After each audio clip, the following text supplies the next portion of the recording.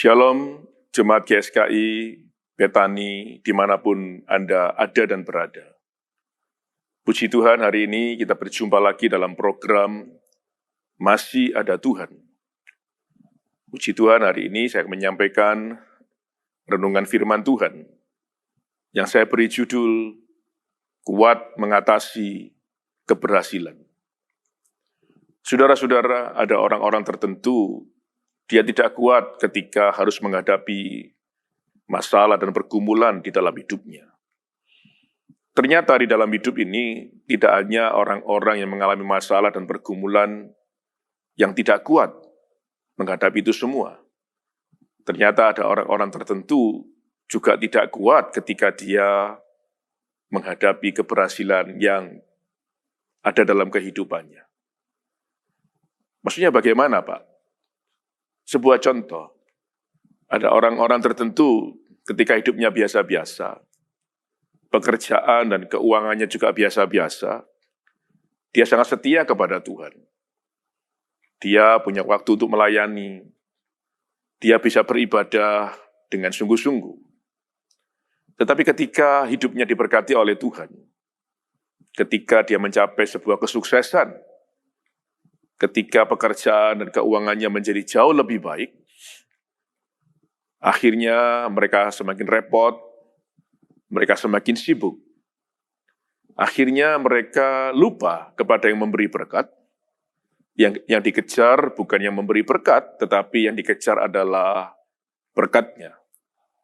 Berarti orang-orang ini tidak bisa mengatasi keberhasilan yang terjadi dalam hidupnya. Dia lupa bahwa apa yang sudah ada dalam hidupnya itu semua pemberian Tuhan. Dan tidak hanya itu, mari kita perhatikan. Ada orang yang dulu nggak punya kedudukan,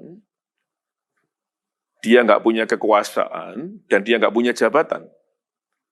Orangnya rendah hati, mudah diajak bicara, diberi nasihat pun, dia bisa menurut. Tetapi setelah dia diberi kedudukan, dia diberi kekuasaan atau jabatan, coba perhatikan, dia bisa berubah menjadi angkuh, menjadi arogan, bahkan susah diberi nasihat. Berarti orang-orang seperti ini adalah orang-orang yang juga tidak bisa mengatasi keberhasilan yang Tuhan berikan dalam hidupnya. Seharusnya ketika kita menjadi lebih baik, harusnya kita menjadi lebih rendah hati. Karena kita harus menyadari bahwa apapun yang menjadi lebih baik dalam hidup ini, semua itu karena anugerahnya. Saudara, ada seorang hamba Tuhan yang bernama Derek Prince, pernah mengatakan sesuatu yang sangat menginspirasi dalam hidup saya. Apa yang beliau katakan? Yang beliau katakan adalah, waspadalah terhadap sesuatu yang menjadi lebih baik yang datang dalam kehidupan. Karena sesuatu yang menjadi lebih baik, itu bisa merubah kita menjadi lebih buruk. Tapi justru sebaliknya, ketika hal yang buruk terjadi dalam kehidupan kita, itu bisa merubah kita menjadi lebih baik. Misalnya, saudara diizinkan mengalami sebuah masalah dan pergumulan. Dan saudara bisa menyelesaikan dengan cepat dan tepat. Tidak jarang kita bisa bangga dengan diri kita dan kita mengatakan, aku hebat, aku bisa menyelesaikan semuanya dengan cepat dan tepat. Tetapi acap kali ketika pergumulan masalah diizinkan terjadi, seolah-olah waktunya begitu lama.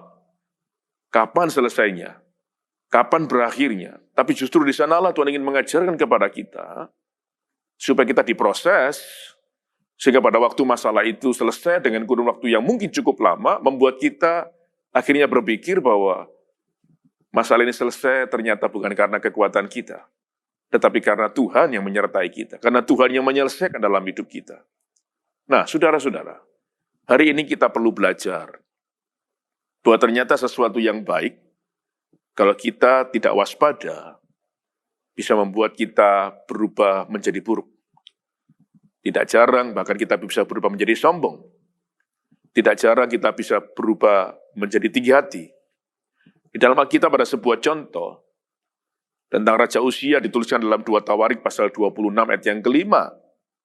Dahulunya Raja Uzia ini orang yang mencari Allah, dibimbing oleh seorang nabi namanya Sakaria. Orangnya rendah hati, kemudian dia dibuat berhasil oleh Tuhan. Ternyata setelah dia menjadi berhasil, di dalam ayat 16 pasal 26 dikatakan Raja Uzia berubah menjadi tinggi hati. Dan akhirnya Tuhan izinkan dia mengalami sakit kusta sampai mati. Berhati-hatilah dengan sesuatu yang baik, bahkan membuat kita berhasil. Tidak jarang kita bisa berubah menjadi seorang yang sombong, tinggi hati. Ingat, Tuhan membenci orang yang congkak, tetapi mengasihani orang yang rendah hati. Tuhan Yesus memberkati kita semua.